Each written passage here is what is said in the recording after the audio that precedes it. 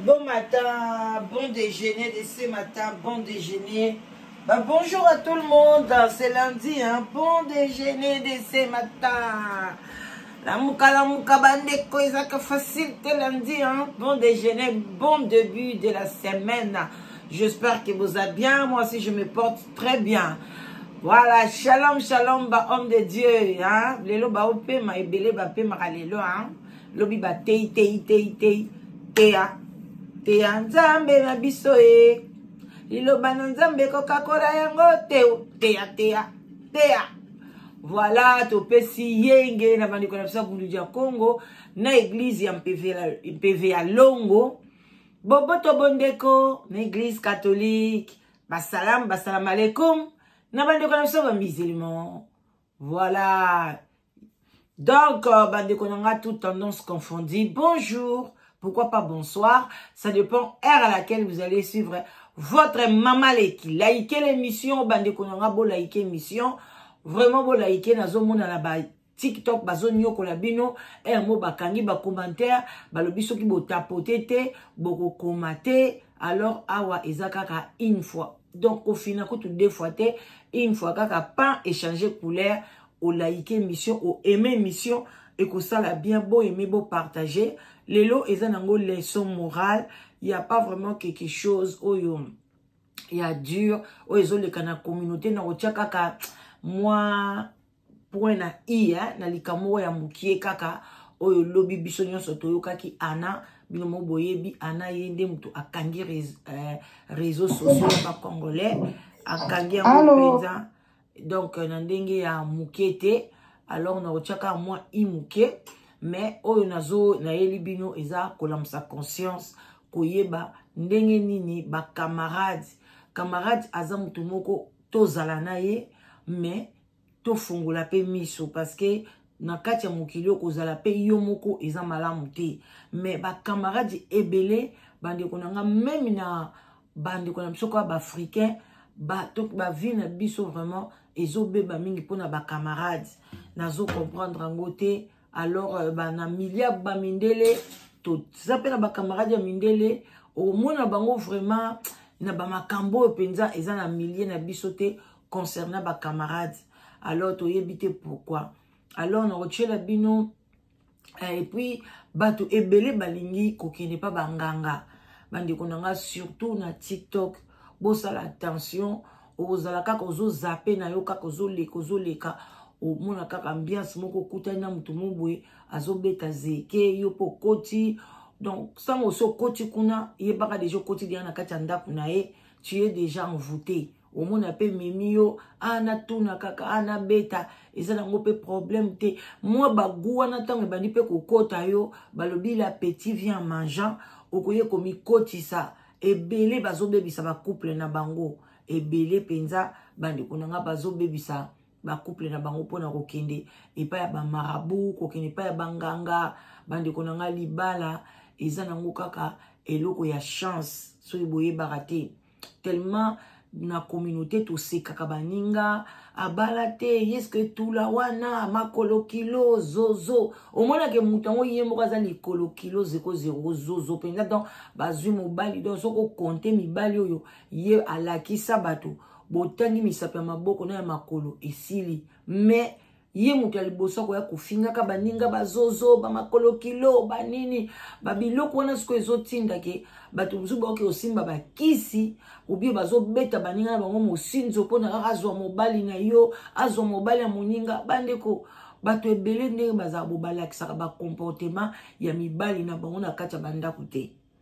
Pour ce cas la question comportement ya mobali na ye na kisi yango kokende kozwa ngo te ke bana kokende kolulaka ba mibali ya baninga alors que oza na facilité tamsu yo moko pe ya kozwa pe mobali toza siko na kati ya Europe toza lisuna même na kati ya Afrique ba coopération salamaka ba parents ebele ba betaka ba cop entre bango ba mikonzi entre bango na ba société bazo balisa bana na bango ngana bi ba mikonzi ebele ba balisa bana na bango entre bango na bango donc to bato bazo bala même ba pasteur bazo sala ba cop ya ko aider bato ko balana donc voilà même ba musique bato ba balana kuna alors yo sikoyo n'enviez pas mobali abali muninga soka ye par exemple azo sala muninga wana mabe aye pa ina yo loba oyebi yete oyebi no fi yango te aza muninga na yo te.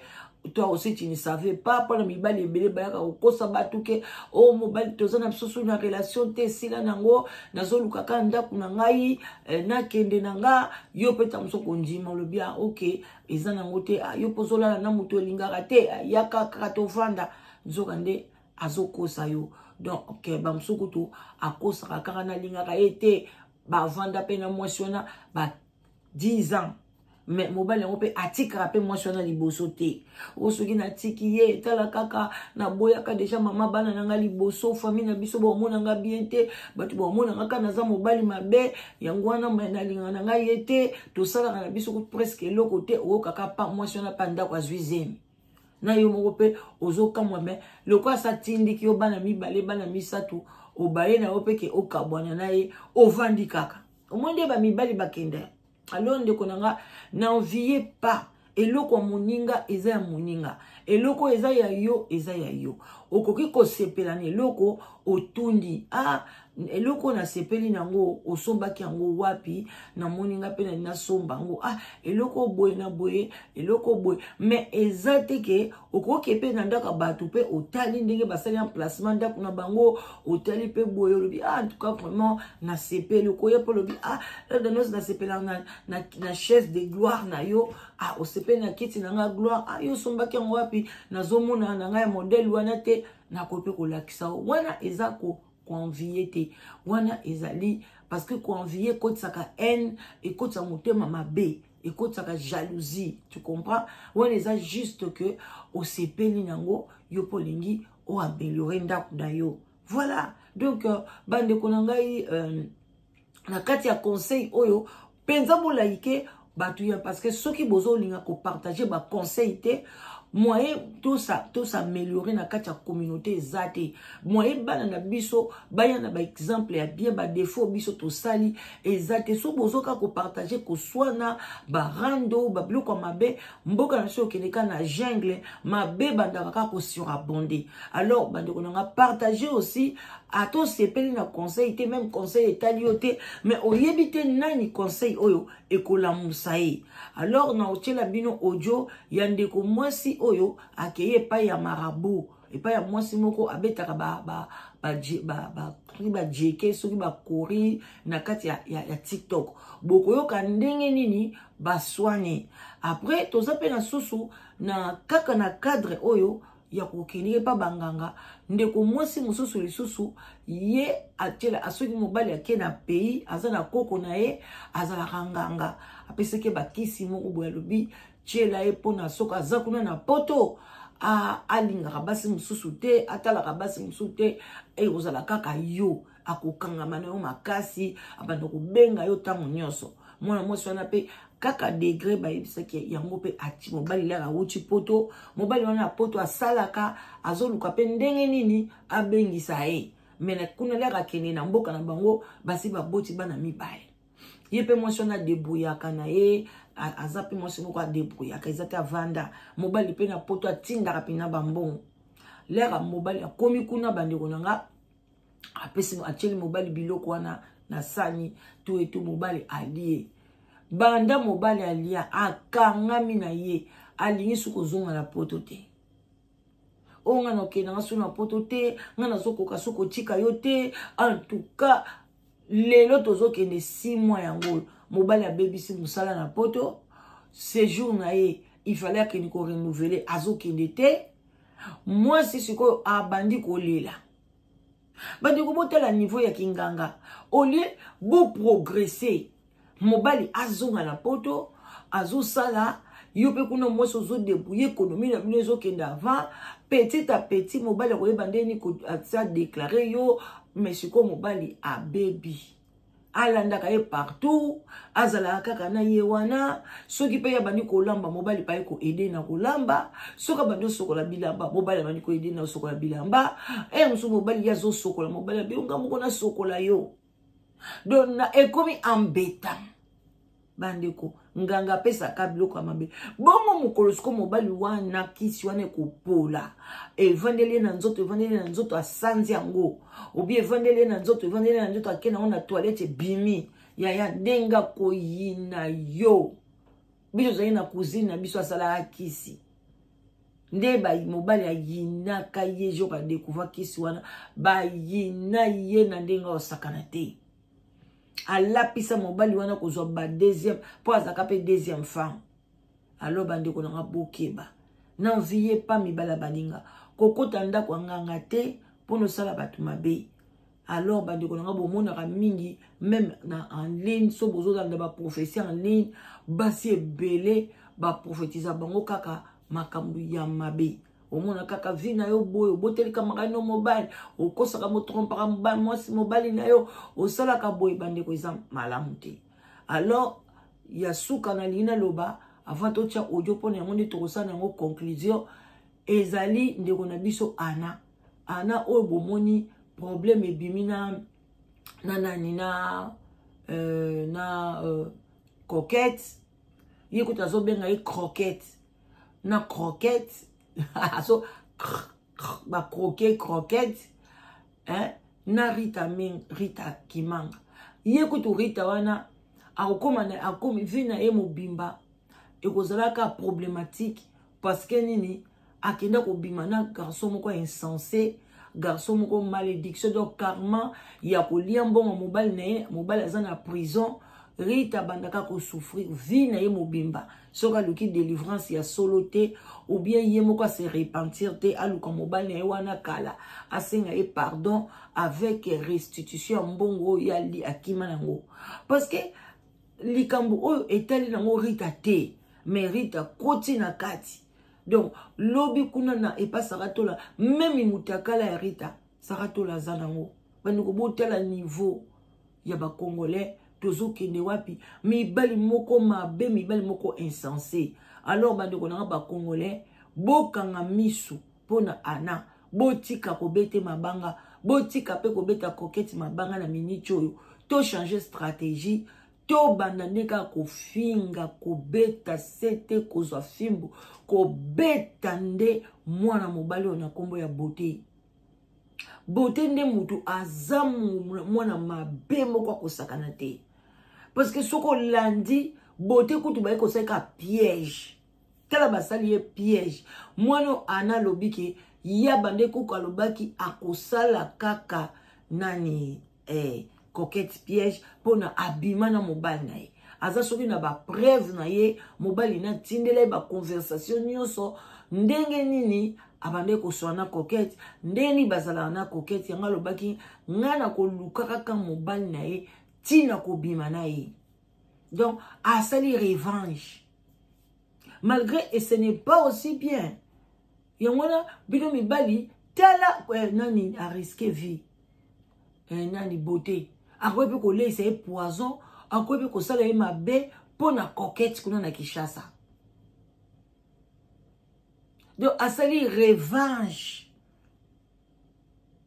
bandiko le cœur de l'homme mutu amona ngo ka nzambe donc ti beauté azokende kuna azolia donc beauté kutu aye akotine libala donc basala na bango te o fiançailles o to yebana te jour kaka bakuta ne première fois soki na matanga soki wapi deuxième fois asali ba photo mukola sali ka ba photo wana mbala moko apesi adresse moi mobali pa ya soki pa ya kamba mona valise na yeo soki pe banoki nikozwa bilamba pona azana pe na ndaku te beauté avandaka na cousin siko coquette eloko nyo ozolandela mwana mobali oyo to si to rêver yo kezolanda na poto ozolanda poto bandeko nanga mibali bokeba na basa Kisasa surtout basa théâtre bayaka na bango mabala te ebele bayaka mabala te bayaka nde poto mutu aye libala akose comporter ndenge mususu mutu aye na ye pe poto akose comporter na ye ndenge mususu alors bandeko nango avançons nazotiela bino sikoyo botala mutu oyo akei kotalisa makambo na ye epai ya bato ya banganga boyoka makambo nini ekomeli ye kuna ndenge aswani na nganga sans kobanga badi kofinga nganga eloko esepelisinga awa kofinga na bango ekokani na ebiso te libo mama na yo tata na yo ezate oyo ke biso foto telemela ngo makambo na fesila ba injure o ezanga tina yaya like vidéo partager tozokende bolanda bokebi nyonso.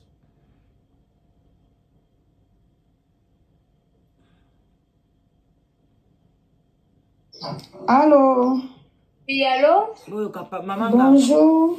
Maman Ganga yo azoloba. C'est pour une consultation. Comment tu t'appelles? Adja.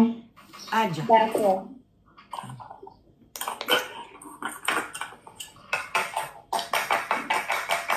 Adja bandi kotu asai Ganga ye wana zosala. Adja. Adja. Oui, madame. Quand je lance le courrier ici, je te vois en train de flirter avec un homme. Ah. Flirter. D'accord. On me dit que cet homme-là, c'est le chéri à ta meilleure amie. Oh. D'accord. Et quand je lance le courrier ici, je vois ici que Adja, cette amie-là, elle t'a tendu la main quand tu étais bas. Elle t'a aidé à sortir de ta misère. Elle t'a aidé à mais quand son mari t'a dragué, tu n'as pas refusé et tu as accepté. Et aujourd'hui, je vois ici que tu sors avec ce dernier-là en cachette. Je vois ici que tu es prête même à aller voir un marabout pour rendre ta copine même folle, même pour prendre son gars. Bon, comme tu es la voyante, là, il faut m'aider à sortir de là. Sortir de là comment? Pour ne plus prendre le mari de mes camarades. Mais quoi? Non, je veux que tu m'aides, quoi. Ce que tu dis là, c'est la vérité, mais comme c'est pas une bonne chose, là, il faut m'aider à sortir de là. Toi-même, ton sale comportement, c'est moi qui t'ai aidé dans ça. Tu es la madre, tu peux nous aider. Il faut dégager, il faut descendre. Quand il a été giflé là-bas, là, non? Il faut descendre. Ferme ta gueule et puis tu descends. Quand tu es la madre, dégage. Tu insultes les gens à la première. Quand tu insultes, tu as mal. Quand il est rentré dans tes os et puis il est ressorti là. Ferme ta gueule et puis tu descends. T'as rien de... Tu vois comment tu es la première à insulter les gens, hein? Ferme ta sale gueule et puis tu descends. Tu vois comment tu es très mal impoli. Non seulement tu mens sur les gens, on rentre dans ton jeu et puis tu insultes encore les gens. Descends, idiote là. Ton papa idiot, ta maman idiote. Ton boda idiote. Idiote. Ta cousine idiote. Le quartier où tu habites là, c'est des idiots. Ton voisin idiot. Ta voisine idiote. L'hôpital où tu es né là, idiot. Celle qui t'a fait accoucher là, son idiote. Le médecin qui a écrit dans ton carnet que tu es venue femme là, son idiot, son boda. Tu as compris, non? Celui qui a reconnu ta grossesse là, c'est un idiot aussi. Wow. Oui. Ton chapeau que tu as porté là, son idiot. Lui qui a fabriqué le chapeau là, c'est un idiot. Voilà. Où tu allais acheter là aussi là, c'est une idiote qui a vendu. Wow. Voilà. Tes yeux que tu fermes là, sont idiots.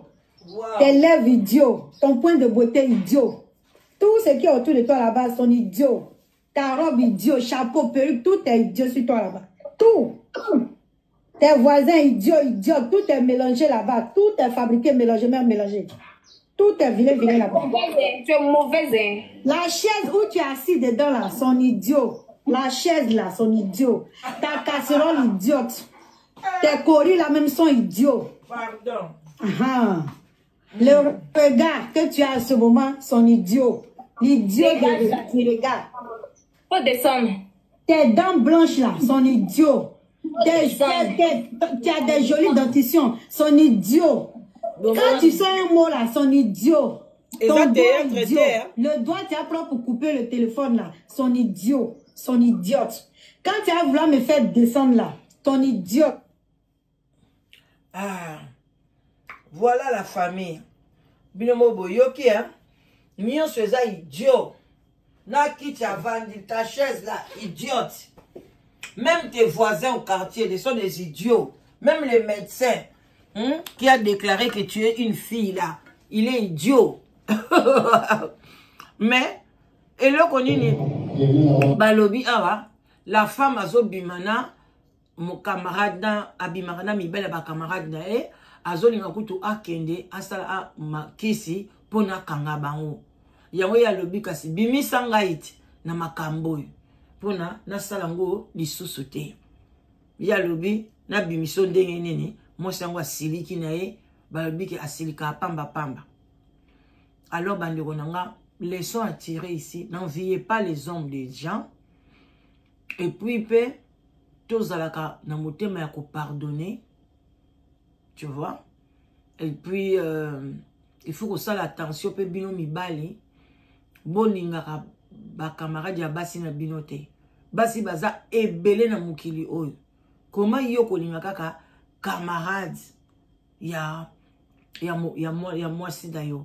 Et ça la bien te ça la passe makasi. Vous comprendre. Et ça la passe na ndenge moko ya mukete. Na zape na li solo moko boye ba yebisa kinga histoire vraiment vraie. Ezo salama ezake moi fille moko tanga zaka jeune fille azana na mbali na ye ba zaka pena bien babota bana mi balé na mobali yango. Après mobali yango aye kozwa camarade na ye propre abandi obima na ye donc mobali yango ayaki poto akomi kobima na camarade na ye propre ataka akomi kobima na camarade na ye propre sikoyo le mobali yango aye na poto abengisi sikoyo camarade atiki mama bana na ye abengisi na ye camarade aya na poto awa ba continue vifi wana pine sala ye pasi ya kosakana te pasi ya kosakana te souci abundani ye pa kokota poto na bana na ye mibale wana.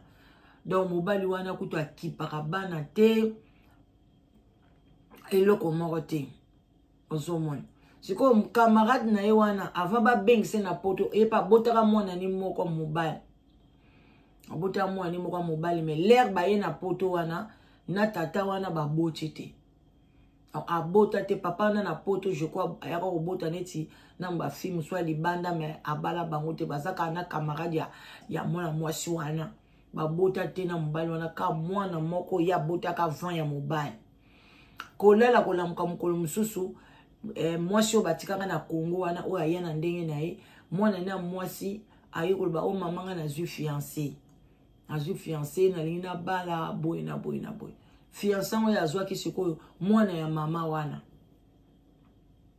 jour mama na ye koyeba lebi na mwana mwasi okobala garçon te ye pe mwana na mwasi abi manga na okota makambo na bino tenga na obala ka mwana mwasi abi oza vraiment jour à mariage na yo ngana telema na papa na yo na mwana camarade na oya salanga mosinzo kosakana te alobi na okoko sala ngote libalo ka foka ke kufa donc maman wana lobaki na koyana libala na yo te alors bandeko nanga benda biki eza wana donc ceux qui osent moi parti oyo bo pesa ndeko mwasi conseil est-ce que atika ka mwana na ye abala na libala wana ou bien abo yango bo pesa conseil et osala bien en tout cas bo partager bo like lelo eza lundi ezaka journée moko ya moi fatigue une journée moko ya moi kolemba semaine ba weekend ekomo kene mbangu